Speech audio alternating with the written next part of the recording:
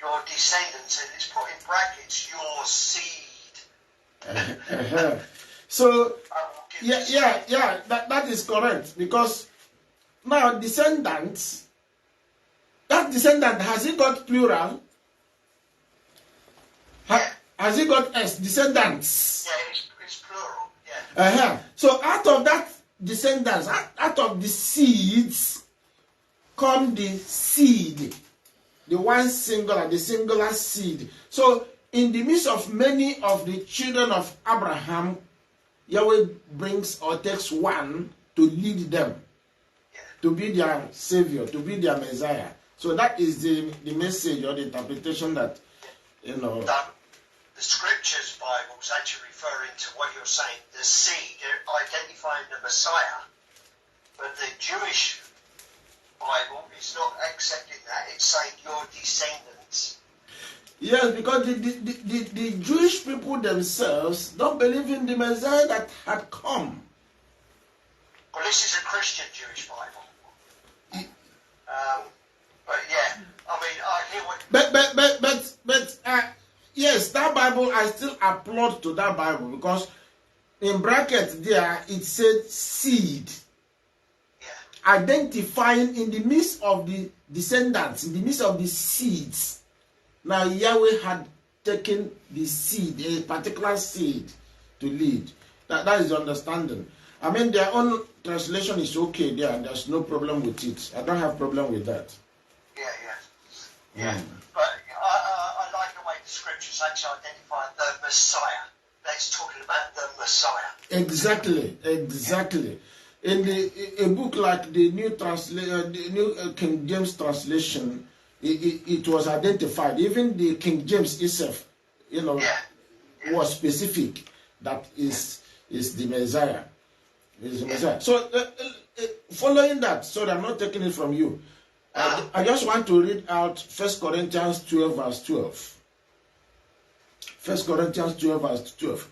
So, for as the body is one and has many members, but all the members of that one body, being many, are one body, so also is Messiah. Yeah, that is to say that the body or the assembly that YAHSHUA organized, put together, now they are many. They are in their multitudes. But out of them, there is this personality, the Messiah, that is their head, that is standing for them or leading them. And that is what Galatians chapter 3, verse 16 is emphasizing. Yes. I'm reading that now. Yeah, that's good. Okay. Right, good. Good. I've got one more question. Yeah. Yesterday we were talking about Isaiah. And Isaiah 17. And it came out Emmanuel. And you said, no, it is Emmanuel. Emmanuel, yes. Yeah, but I can't find that anywhere. Yes, we will not find it. It's like trying to look for Yahweh in today's Bible, or look for YAHSHUA in today's Bible. Now, in any place you see EL, they removed Yahweh there and they replaced it with that L. When did they do that? When they did what they did. Yeah, I mean, I understand what you're saying about Adonai and all that, because I can see that it's corruption. And I see about Elohim. You should not use that as a name. It's a title. But I'm struggling to actually deal with Emmanuel. I'm struggling to deal with that. Because there's an awful lot of place names in the Bible, like Be'el and Sha'el.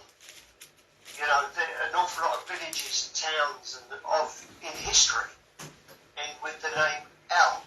Yes. It's not just the Bible. It's, you know, place names, everything. Yes, because Satan didn't leave any room in his plot of corrupting the word of Yahweh, corrupting everything that is of Yahweh, and using deception, deceit, to wire everybody to himself. He didn't leave anything, no stone was left unturned. He made sure that everything he was doing, or wherever he passed through, must be defiled, must be corrupted. Now, how did I come to get into this? Yeah, that's what I bless Yahweh for the Spirit that is guiding us, because it's not just corrupting what was written in the Torah, the insertion of certain things, addition and subtraction. Even in name or names, we are corrupted. Now let us listen to Yahweh. Even in that Isaiah,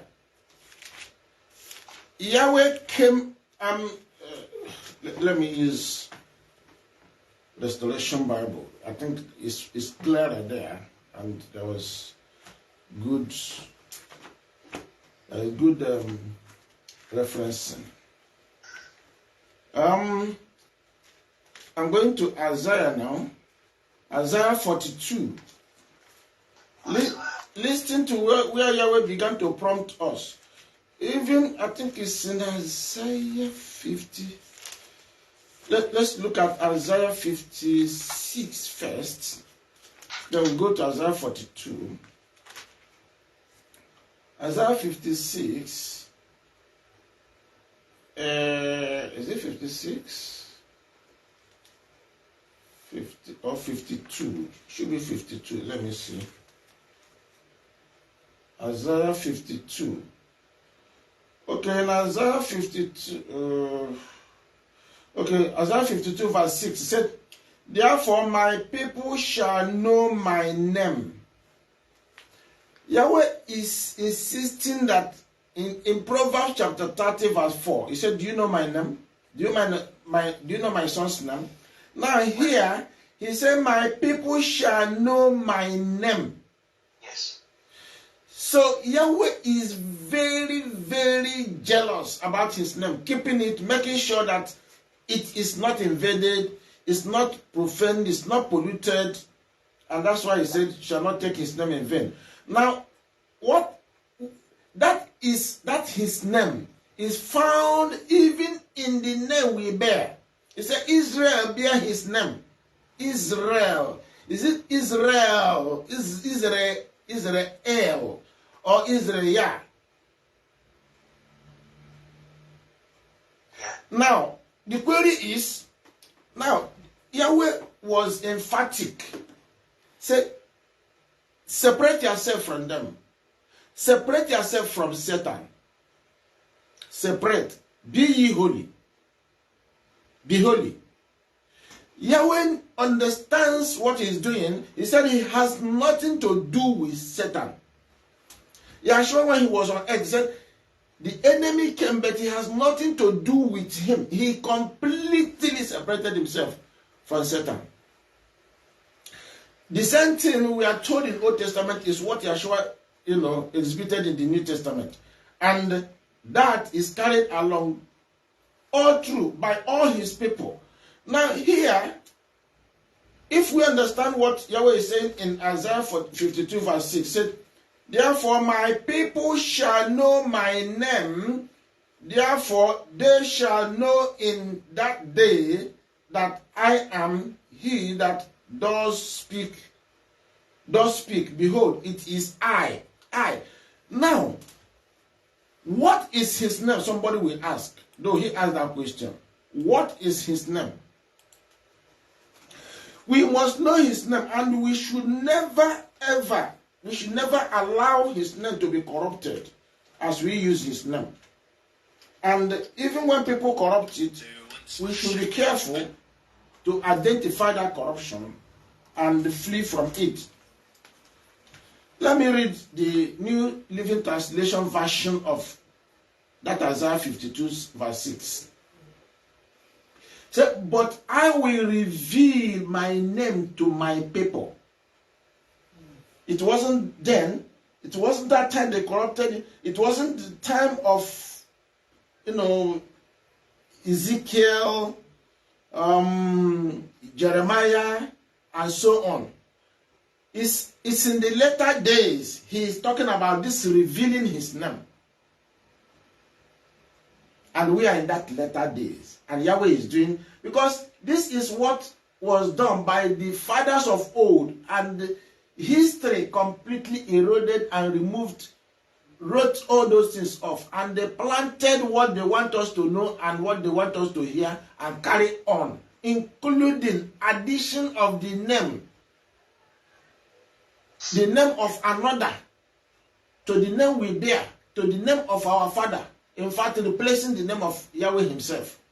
So to our own name, there is replacement. But Yahweh said, I'm going to reveal my name to my people. Let me see. Let me open it up.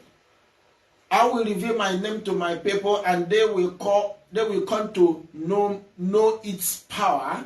Then, and at last, they will recognize that I am the one who speaks to them. I am the one. He keep on in Ezekiel 36. He made this emphasis that I am the one. We must identify him, and separate him from others. That is what he wants us to do. Now, when we go to Isaiah 42, Yahweh was very, very careful.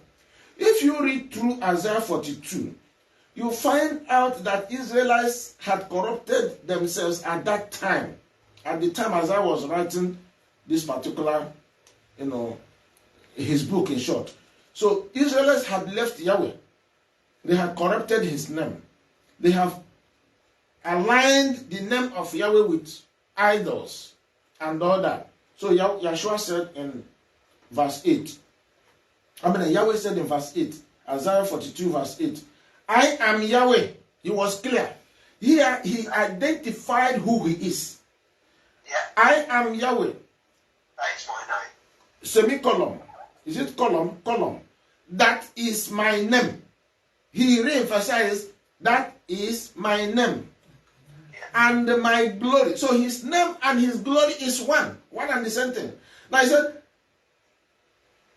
my glory will I not give to another. He will not give his glory or share his. Now, if I am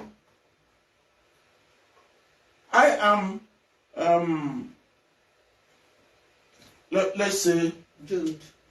No. Peter. Well, he actually goes on there and says, my praise to idols. In other words, he's saying, my name is praise. And because all those L and whatever that we are added, Yahweh regard them as idol.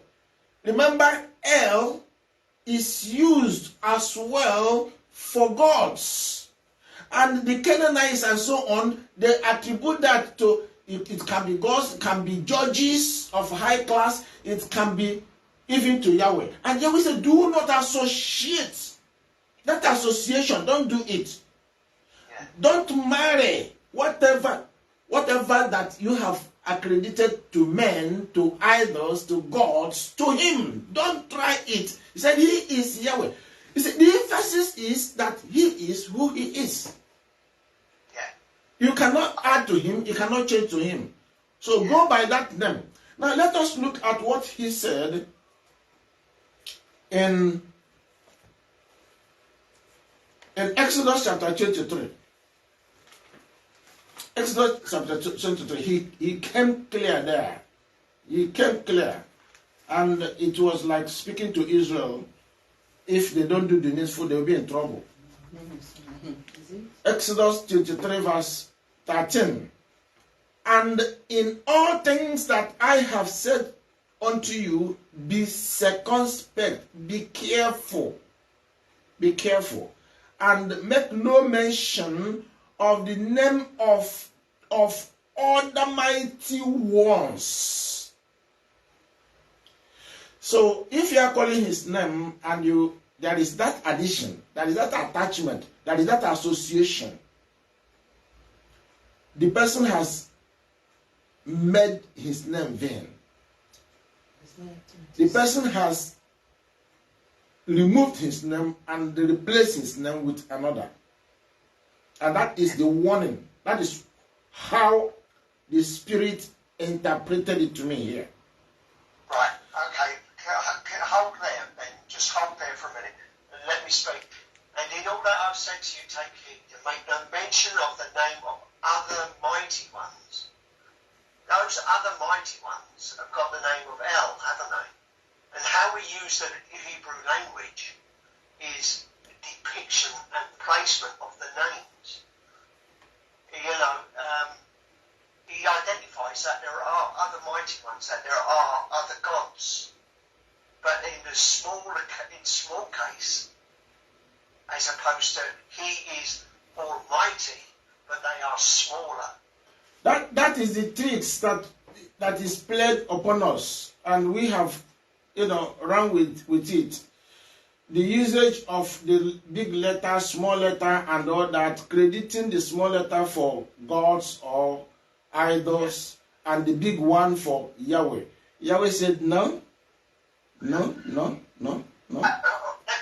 ask you another question. How far do we go back, then, in understanding scriptures to identify where it would have been YAHSHUA and Be'el, and how, it would be Bet-Yah, wouldn't it? The name of the village. And it would be Yerushalayim. I agree with that. But how far do we have to go back then to identify when the proper language was interloped and put about? How far do we have to go back? Where are you getting your information from? This is what I'm asking. Where I'm getting my information is from this interpretation. This charge of Yahweh. This charge of Yahweh that is saying no mixture, no association, no combining. I've always said that the word order gods, order this, order that, we should be careful, because it's like where we are reading new in the New Testament there, that wanted to corrupt the Old Testament or wanted to make the Old Testament look as if it's something that has been phased away. We must be very careful, because they introduced either a word, a letter, a phrase, or a sentence, whatever, in order to undermine our faith. That when you look at what Yahweh is saying, Yahweh is maintaining that his name is one. Yahweh has title, no doubt. But those titles, are they for him, or are they titles that are associated with others? Using the others is not the right thing to do. Is it associated with gods, human beings? If they are associated with gods, human beings, Yahweh said, run away, separate. Because as far as he is concerned, he said he is holy. He cannot mix his name, which lies in his glory. He cannot mix it with idols, names of human beings, names of anything. He can't. That's what Yahweh is telling us. Then research has shown that El, that is them crediting it to Yahweh. It's not what Yahweh said. Because it's not just title. It's not just those who use the Canaanites, the Jebusites, all those people that Yahweh said, when you enter into that land, do not go their way. Do not do what they do. Do not worship or follow them in the kind of their fellowship or in the kind of their, whatever they are doing. Do not even intermarry with them. Yahweh wanted to cut Israelites off or out from those people so that they don't have to do, because commonly it is Elohim, that they were using. That was, Yahweh said, no, don't go that way. Anything that, even if they were crediting it to Yahweh, but Yahweh didn't authorize it. And Yahweh said, no, that is not his name. So do we have to force ourselves? Because the fathers of old, that was what they lived with. That was what was in their vocabulary, in their language. And Yahweh said, in this letter, that is going to reveal to us the truth. Yeah. To me, absolutely, I will never make that mistake again. I will never. I'm careful. Each time I want to call the name, where there is, particularly, if it is human being, yes. If I'm teaching another, I may call Israel, that EL, I may associate it with that. But for Yahweh, I will remove that EL. Because that is the charge on us. That is his command on us. So I can't, after he warned, I continue to go that wrong way. No, I won't. As far as I'm concerned, even Israel, I try as much as possible, because all this is something we learn. It has to enter into us and we live by it. So when it enters into us, the change will come in automatically. So I'm trying to, as much as possible, in Yisrayah, to bring Yahweh instead of that their EL. Israel. Bring in Yisrayah. In fact, there have been many in recent time. In fact, I have put my eyes to watch many of the upcoming assemblies, congregation, in dealing with the name of Yahweh. Many of them that have been going with Elohim, El, they have been dropping them. And they have been stating similar, they have been giving similar. I never speak with them. I will read through their maybe WhatsApp group or their website. I will discover what they are doing. I say, yes, the Spirit is really working out. Giving out us what Yahweh said he is going to give to us in these latter days. So he is aligning us and bringing us to the knowledge, to the truth as it were, or as it ought to be. Yeah. Okay. Now let us take order. Let us look at Joshua chapter 23 verse 7. Junior, help me to Job 16 verse 4. Because Job is even aware of this thing we are talking about. Joshua is aware about it. In fact, it's Joshua that even was warning them, as Moses was warning them. They should not, when they enter into that land, they should not do all this mix up or, taken to gods or whatever, which those Gentiles call El. Joshua 23 verse 7, Job 16 verse 4. Mommy, open to me Psalm 16 verse 4. Junior, are you there? Job 16 verse 4. Yes. I also could speak as you do. If your soul were in my soul's stead, I could heap up words against you and shake my head at you. I don't think it's Job. Job 16 verse 4. Yeah, Job 16 4.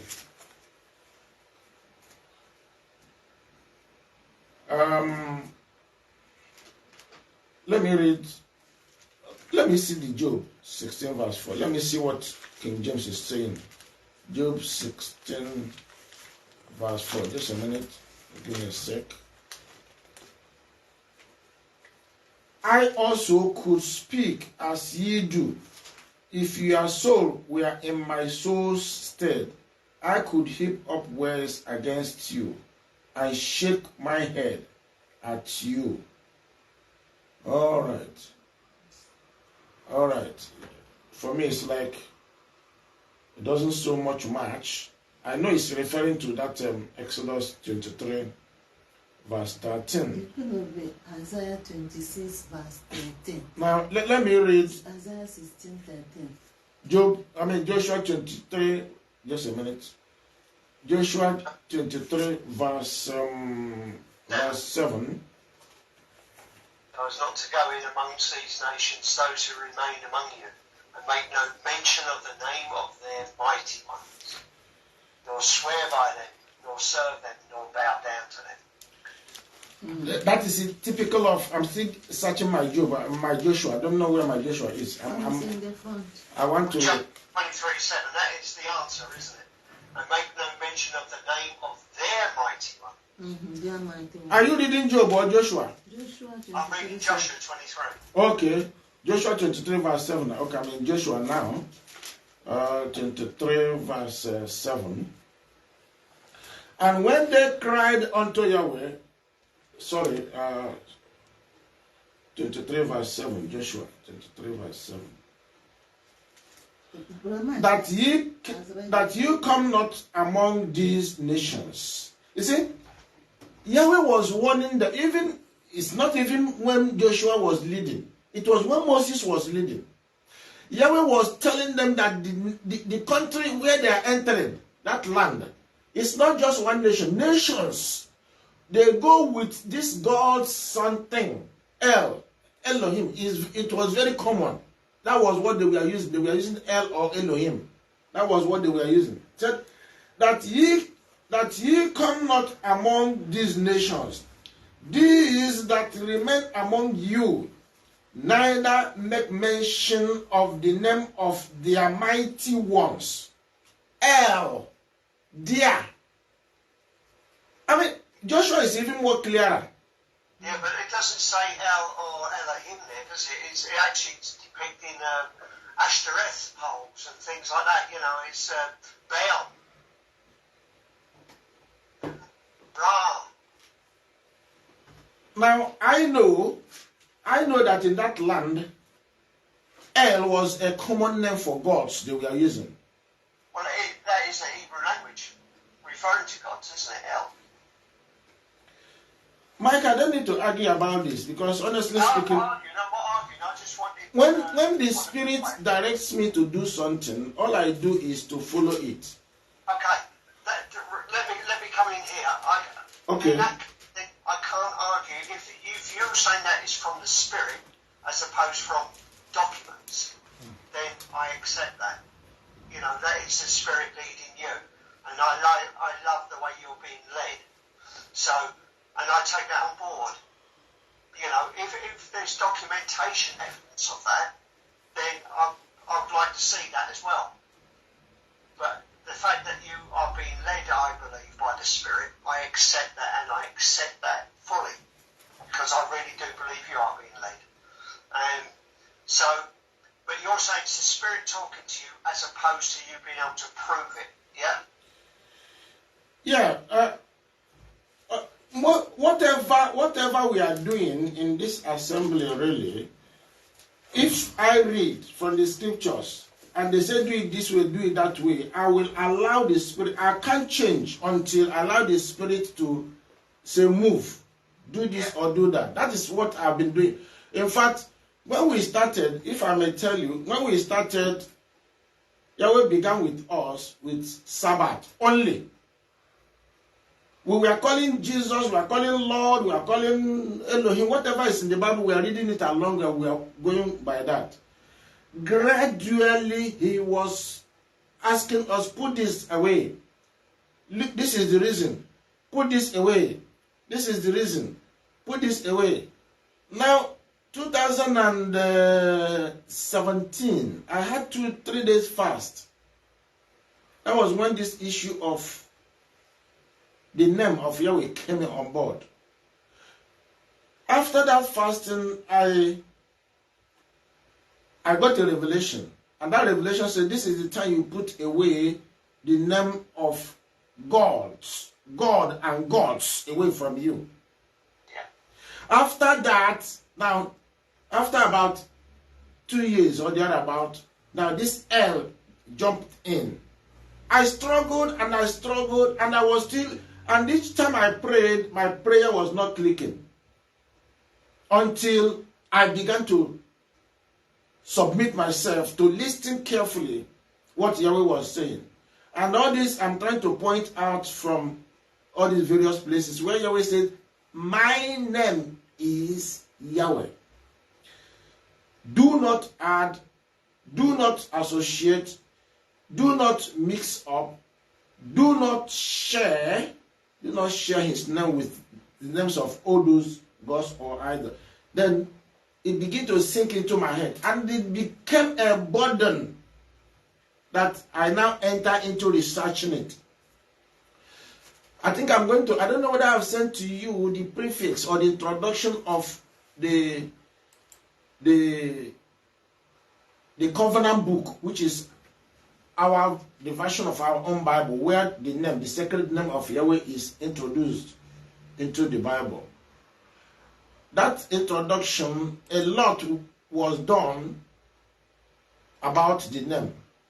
Different, all this God, all this Lord, all this Jesus, El, Elohim, Jehovah, and so on and so forth. A lot was done about them. So I will send it to you, you read through. But the take here for me is that Yahweh had warned me not to mix his name with the name of God or gods, because he is not God. He is not Lord. And that is the corruption that came, a mixture that came, that the fathers, he warned the fathers and warned the fathers and warned the fathers.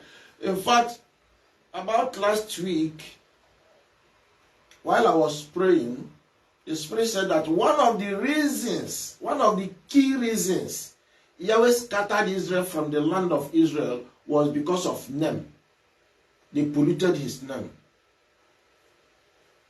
Which he actually, Joshua 23:7 is identifying that, isn't it? Where he says, make no mention of the name of their mighty ones, because when you start acting as they act, then you will become corrupt, won't you? That's why he said don't mix with them. Exactly. Right? Exactly. That is where the corruption begins. In fact, the Ten Commandments is based on the name of Yahweh. Who do we serve? That is where our faith is based. If we don't identify him, then we can't move forward. Yeah. Okay, can I interject now? I 100% agree with you. God and all that sort of thing. Jesus is a corruption. 100% agree with you. And the less we say that, the better.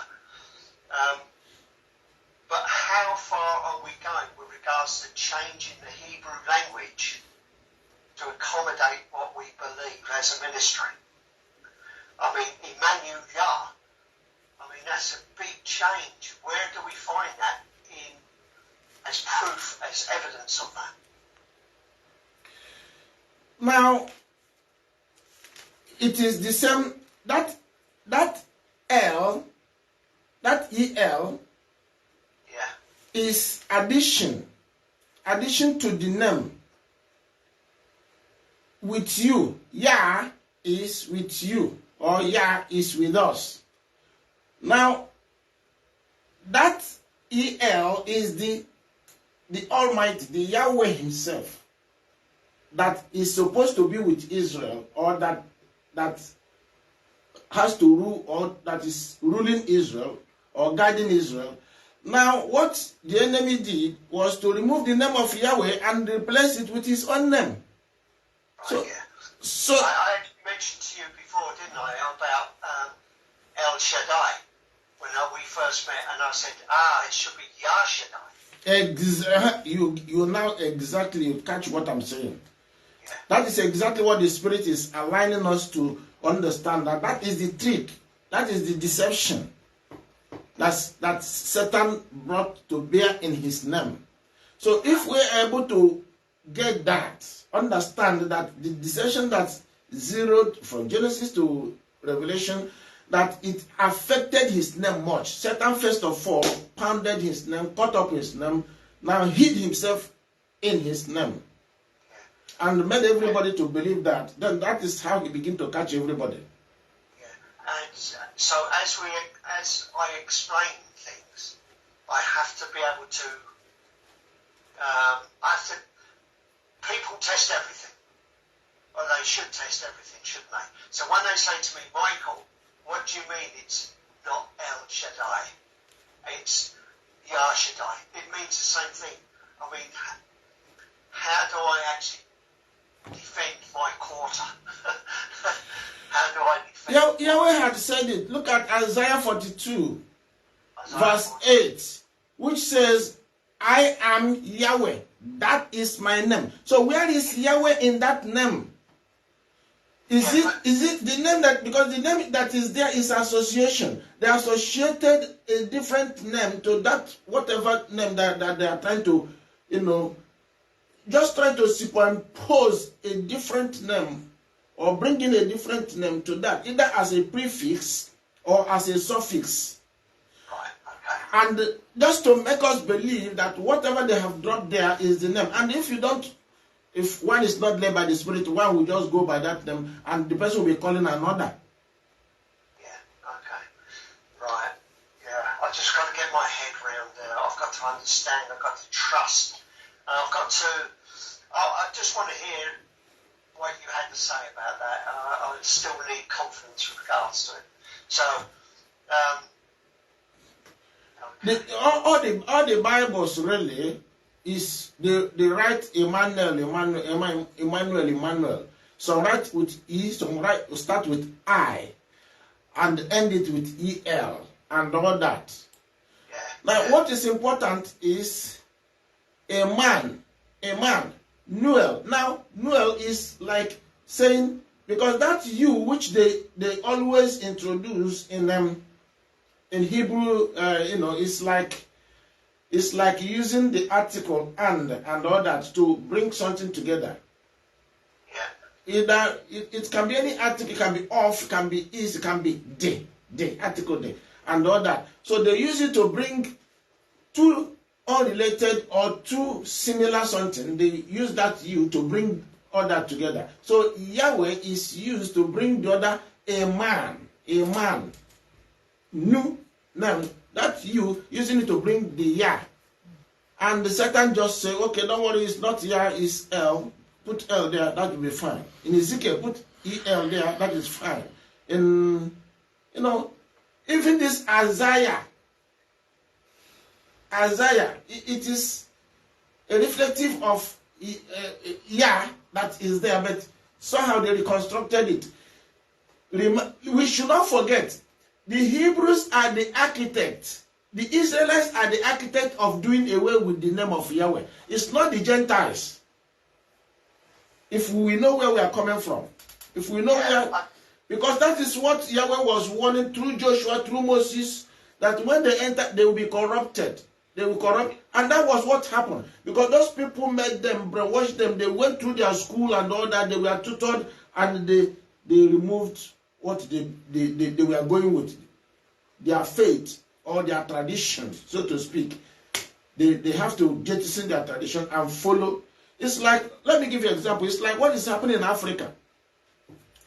When Europeans conquered Africa, when United Kingdom conquered Africa, for instance, Nigeria, for instance. Now, they made us to tow the English language. We had our mother tongues, through which we traded, through which we did everything we are doing and all that. Now, the English language introduced to us many of the values of Europeans, which today we have applied and we live with and jettisoned. And today in Nigeria, most of all this is becoming an issue. And the youth, the young ones are querying, why did we drop most of our values and take to these foreign values? You get what I mean? Now, all those, that is what happened. We are told that the same thing affected Israelites when they were conquered by the Greeks. Call it Hellenization. Taking the culture or the values of the Greeks. And most of what was, whether in their faith or whatever they worship, were dropped. And they had to take the foreign culture and all that or values to replace what they had. At the end of the day, and that will pass one generation, two generation, three generation, years, decades, centuries. Before you know it, the generation that will come later will not know what transpired except unless history, or in the case of the faith now, Yahweh come and reveal, as he said, he will reveal his name even in the latter days to his people. Yeah, well, yeah, that's a very good way of explaining it to me. Thank you very much. And I understand better now why you're leaning, why you're going that way. And I do agree with you. One statement you made there as well, you said about how ministries throughout the world, various countries, are changing their attitude towards the name. There is a great decrease in the expression of Elohim. There is a big decrease in it. When you mention it, I thought, oh yes, you're right. And as a name, it's decreasing massively, I think. Yes. I agree. Watch out. From now to next, if Yahweh tarries, if Yahshua tarries, from now to next 3, 4, 5 years, you will see how massively these things we are discussing today, this revelation will come. Yahweh is coming up. You know, the way he teaches us as, you know, as children. Kindergartens are taught. Yeah, a little bit at a time. One at a time, you know, that is how he's teaching us. I told you how he brought us into this knowledge, into this truth. Yeah. With Sabbath, after about a year or two, he introduced one thing. Even, in fact, he brought in the feast. We began to learn the feast before we knew his name, before he introduced. His name is just about 5 years ago. Yeah. So that is how he did with us, so that we wouldn't forget. At the end of the day, you would have, by the time you go through it, a year, 2 years, 3 years, it would have entered into it, would have become part of you. Then he will take you to another level, another level, another level. That's how he's working with us. That's good. Yeah, thank you very much for that. Thank you. Yeah. Yahweh bless you. We bless Yahweh for giving us. Now, in that Exodus 23, verse 13, do you have a Restoration Bible? I have 23. Yeah, go on. Verse what, 13?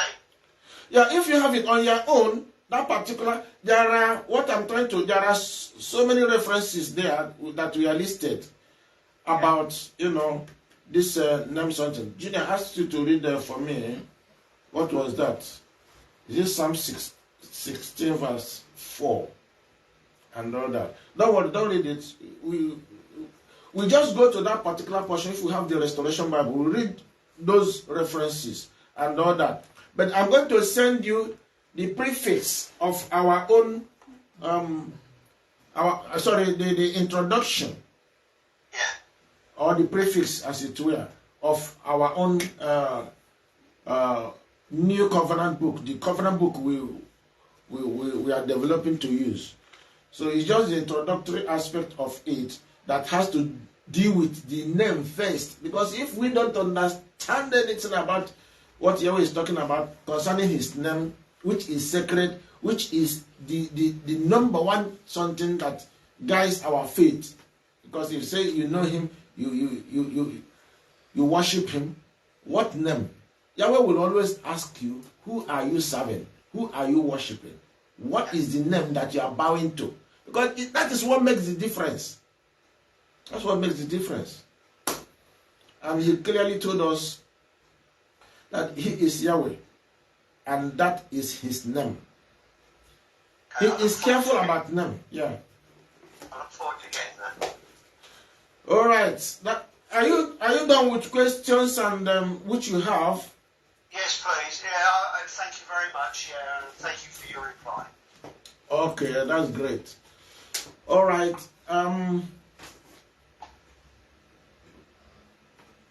Sister Felicia, you're welcome.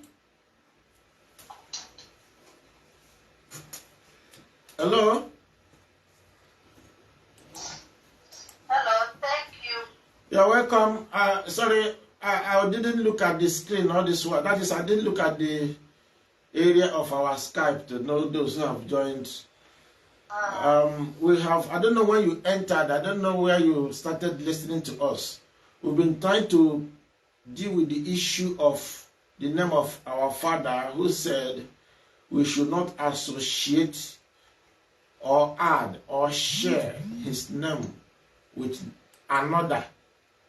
That another includes human names or titles or names of God or idols. So we went into the popular side is always Proverbs chapter 30 verse 4 that said, do you know my name, my son's name? Isaiah 52 verse 6 where he said he's going to reveal, particularly in these latter days, about his name. And in Isaiah 42 he said, my name is Yahweh. That is my name. He didn't say that is his title or that may be his name and all that. Now, he took us again. There are so many Bible versions where Yahweh forbid us from mixing his name or adding or allowing another idols to be associated with his name. Now, we looked at Exodus. This was when they were coming from Egypt through the wilderness. He began to warn them through Moses, Joshua, and so on and so forth. So we looked at Exodus 23 verse 13, where he plainly said the name or the names of gods or whatever that we are calling another, we should be careful not to mention them or worship them or bow to them. And Joshua, I think Joshua, what is that? Is it Joshua 27 verse 7 or thereabout? You know, if you go to Exodus 23 verse 13 in the Restoration Bible, you see so many references. So we've been trying to deal with the issue of the attachments, the prefixing of Yahweh's name. I mean, the name of Satan or gods or idol or human beings, which they prefixed. For instance, El, they say El Shaddai. At times they say, in English, they will say, the Lord God. What does that mean? And they will put it in the context in Hebrew, Yahweh Elohim, or Elohim Yahweh, and all that. So he said we must be very careful not to do that, so that we don't corrupt his name. We don't call his name in vain. So all that is what we've been trying to, following the query that our brother, our elder, asked, that is Mike, asked us. So we've been trying to deal with that. And I did mention earlier that the quiz we said after the spring feasts, the feast of Passover, unleavened bread, and the feast of Pentecost. That quiz, we were not, that was agreed something. We said we're going to give gifts. I couldn't do anything with that gift because the way and manner we answered it kind of haphazardly. Some people answered it earlier, some people answered it very late, some people did not follow the rules. So when I looked at all those things, I kind of cancelled it. I kind of said no. We're going to review that quiz at Sunday.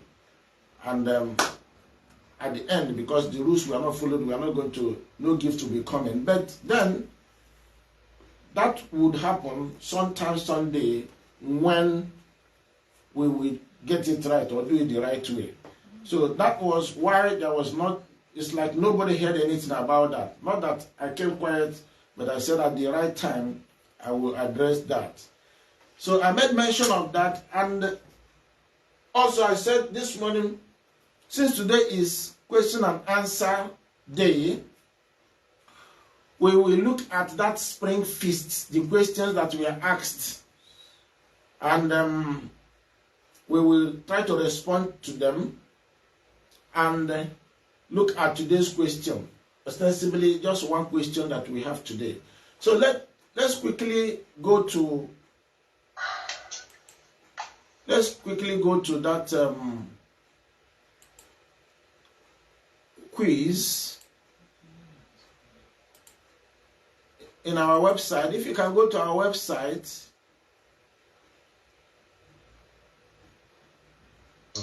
where is it?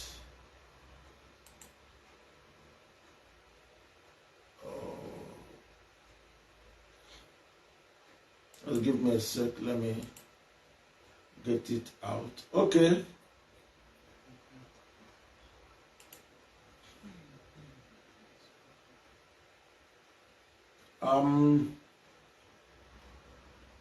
I don't know how many of us who may get into it. Let us take the queries there. Let us take the questions there. Are we ready, Junior?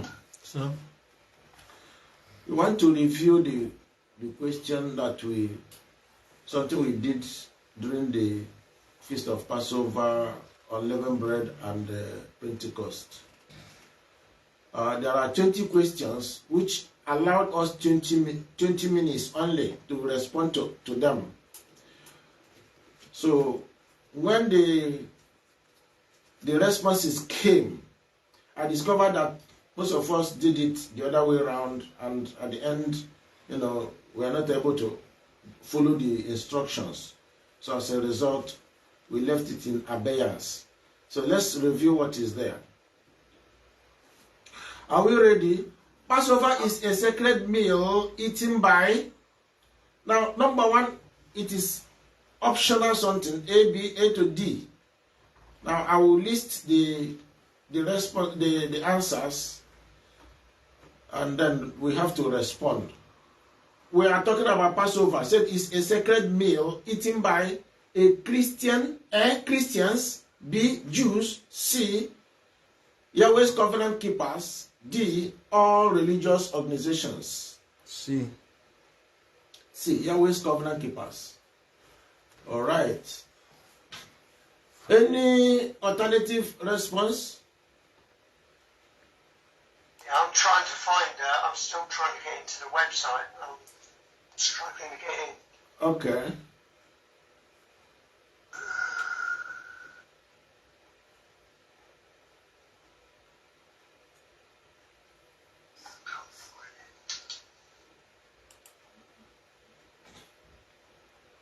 Let me re-upload what I have here because after 20 minutes it timed me out.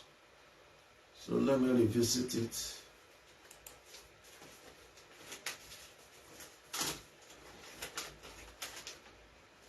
All right. The good thing is that as soon as you click on it, you just open it. It will start you, the time will start clicking.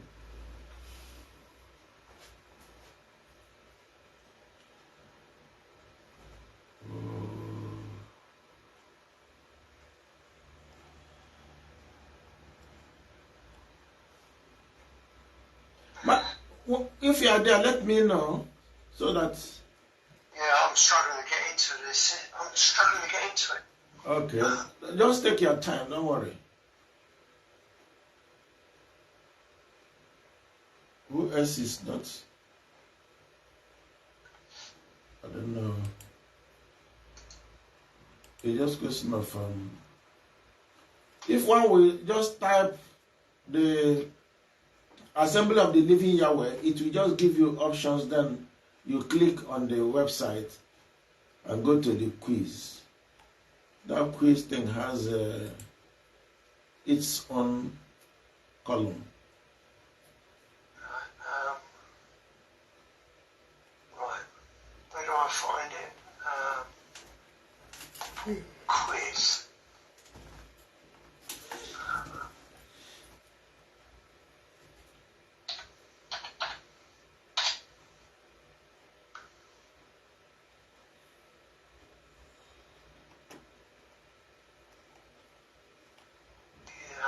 Find it.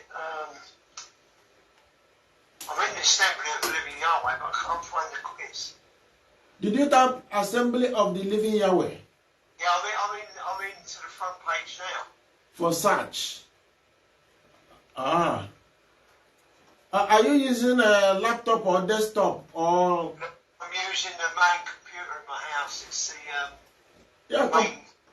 computer should be able to upload it. I mean, because the screen of computer is wider than phone.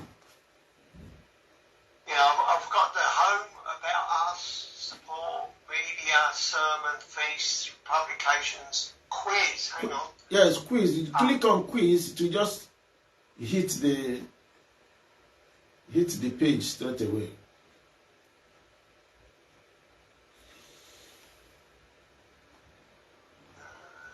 It's not coming up.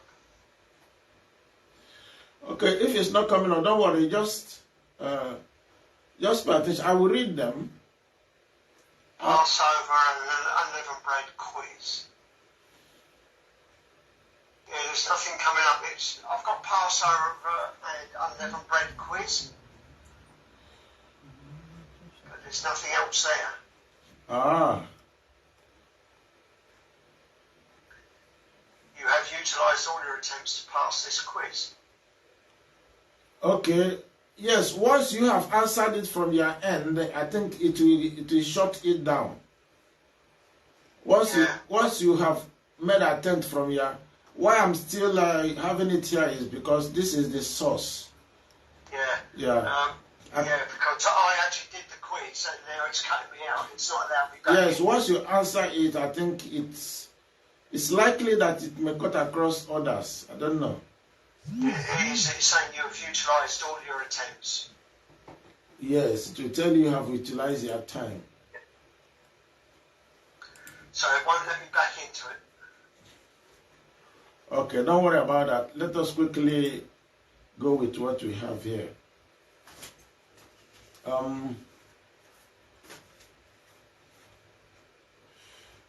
Okay, as I read the first one, say Passover is a sacred meal eaten by A, Christians, B, Jews, C, Yahweh's covenant keepers, D, all religious organizations.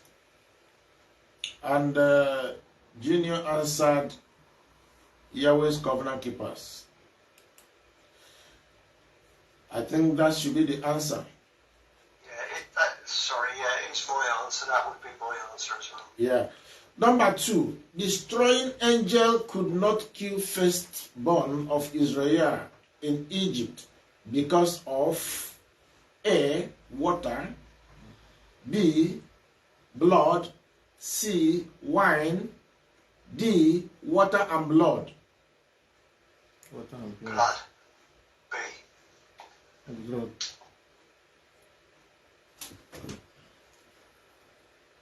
Okay. Blood. Because they had to paint blood at the lintel of the door, the four corners of their door. They have to paint blood there, the blood of the animal. So the destroying angel will pass over. That's where you have the name, the Passover. Pass over every firstborn of Israel. Then any house that blood was not found, they will enter and kill. So that was not to be found amongst the Egyptians. So they were cut up. Their firstborn were destroyed. All right. The third question says, Passover and unleavened bread is celebrated on what month? A, Abib, B, Nisan or Abib, C, March and April, D, all the above.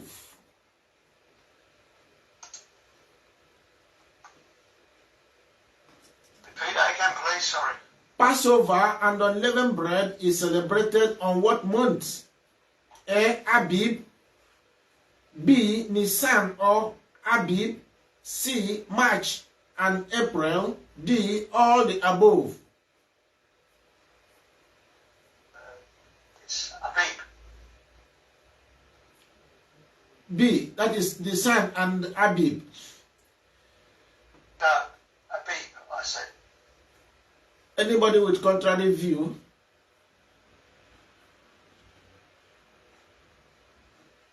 It's about that April, Abib, and that of April. A. Abib, B. Nisan or Abib, C. March and April, March and April.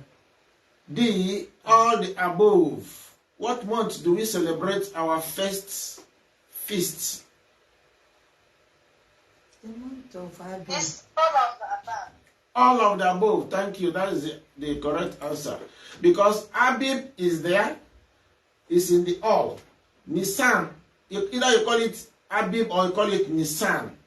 That is the B. The C, March and April. You are still saying the same, mentioning the same time and the same date. Then D, all the above. So all the above is the answer. Now number 4. According, sorry? I got it wrong again. Never mind. It's for us to understand what there is a little bit technicalities there, so to speak, so that it wouldn't come so cheap. All right. Number 4. According to scriptures, Passover and unleavened bread are feasts for. What are these feasts for? Passover and unleavened bread. A. Freedom. B. Slavery. C. Captivity. D. Hope.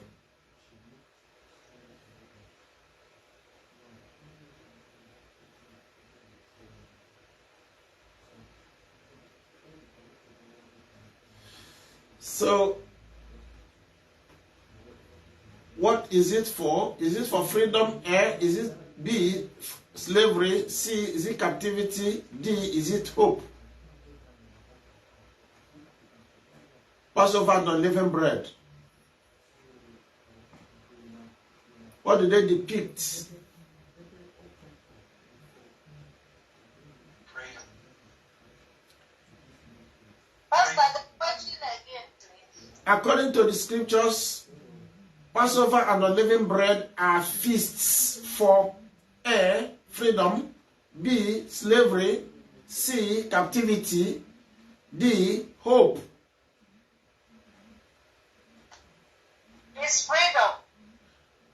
Yes, I think I heard Mike mentioning freedom as well. Yes, it's freedom. Right, number 5. Passover foreshadows the coming of A. Jesus Christ, B. Muhammad, C.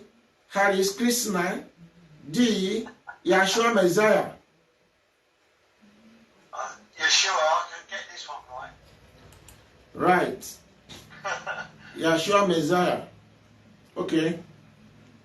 Question 6. Passover in the New Covenant is a feast that requires A. Blood, wine, bread. B. Blood, wine, unleavened bread. C. Blood, wine, leavened bread. D. Pure blood of grape and unleavened bread.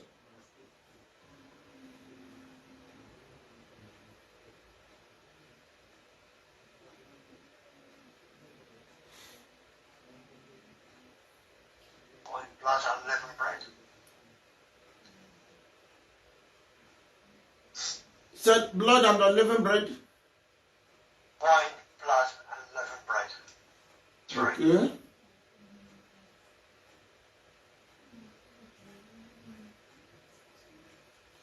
Blood, wine, unleavened.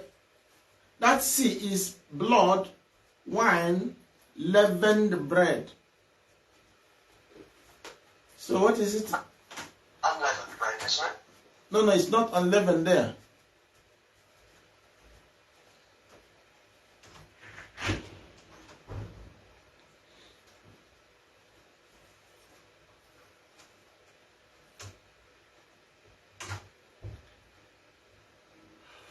Okay. Let me respond. It's not A. Whereas blood and bread is there, wine is not the proper word because wine there may connote alcohol. B, you have blood, you have wine, you have unleavened bread.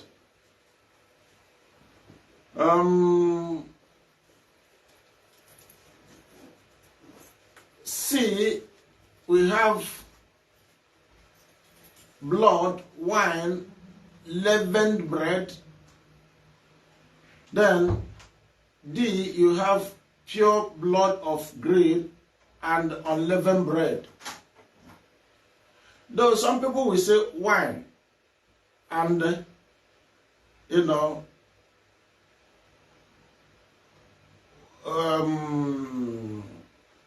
they may attribute it to,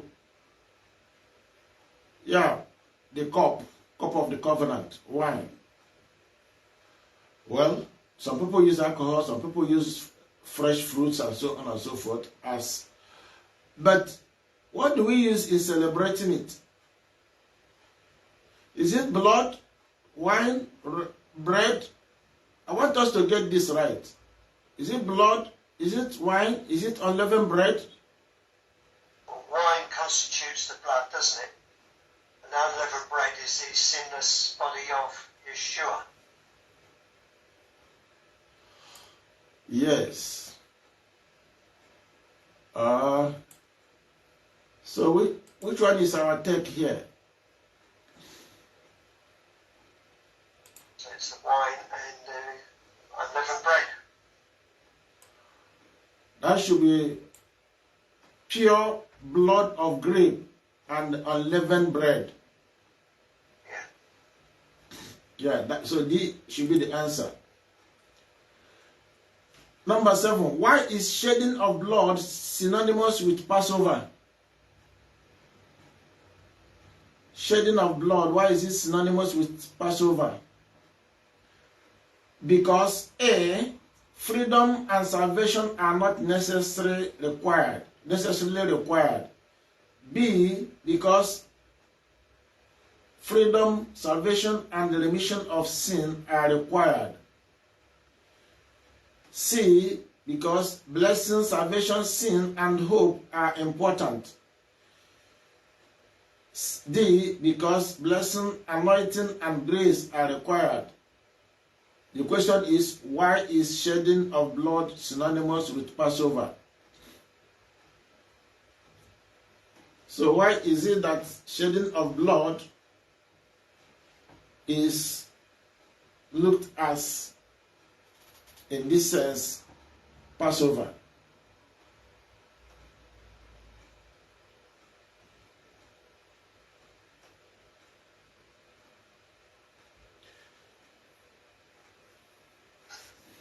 I can't remember the A, B, C, and D.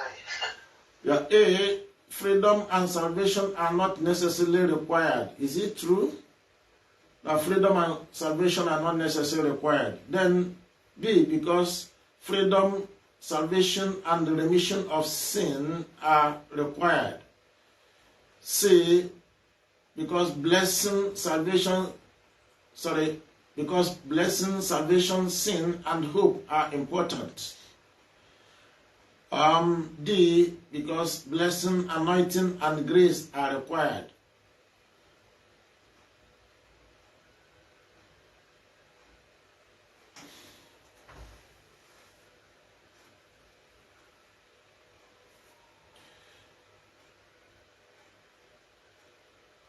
So, shedding of blood, which also Passover is all about, shedding the blood of the lamb, the Pascal lamb, the lamb of Passover. In this sense, the Messiah, who took it upon himself to, die for the sins of mankind. Now,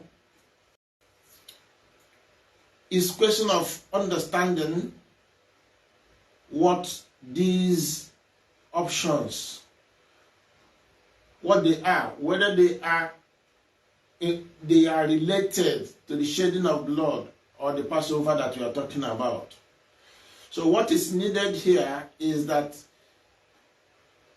by shedding of blood, man or human beings will gain freedom, will gain salvation, and their sins will be remitted. So B should be the answer. All right, let's move on. Question 8. Passover Feast indicate what month to Yisrayah? Passover Feast indicate what month to Yisrayah? A. 12th month. B. 10th month. C. 1st month. And D. 9th month. What month is it?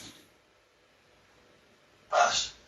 Is it 12th month, 10th month, 1st month, or 9th month?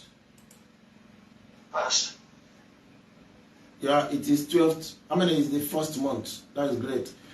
Let's go to number 9. Spiritually, unleavened bread symbolizes A. Pure word. B. Pure word and truth. C. Pure word, sincerity, and truth. D. All the above. Unleavened bread, what does it symbolize? A. Pure word. B. Pure word and truth. C. Pure word, sincerity, and truth. D. All the above. All the above. All the above. Great. Spiritually, leaven is used as a symbol of A. Good and evil. B. Love and holiness. C. Sin, evil, and wickedness. D. None of the above. C. C. Sin, evil, and wickedness. Great. 11. Eating unleavened bread spiritually connotes eating A. Pure word of Yahweh, that is Torah and commandments. B. Pure blood of the grape. C. Bread and drinking pure grape. D. Unleavened bread and lamb of sacrifice. What is it symbolize? Unleavened bread. Is it A. Pure word of Yahweh, Torah and commandments? Or B. Pure blood of the grape? Or C. Bread and drinking pure grape? Or C. Unleavened bread and lamb of sacrifice? A. Right. Pure word of Yahweh. I agree. All right. Question 12. Passover and unleavened bread are called memorial feasts because, why are they called memorial feasts? A. They foreshadow the coming of YAHSHUA and salvation. B. They are freedom and deliverance reminder. C. They also project future restoration of believers. D. All the above. All the above. All the above. Great. 13. Leaven is associated with sinful A. Pharisees, Sadducees, scribes, priests, religious leaders.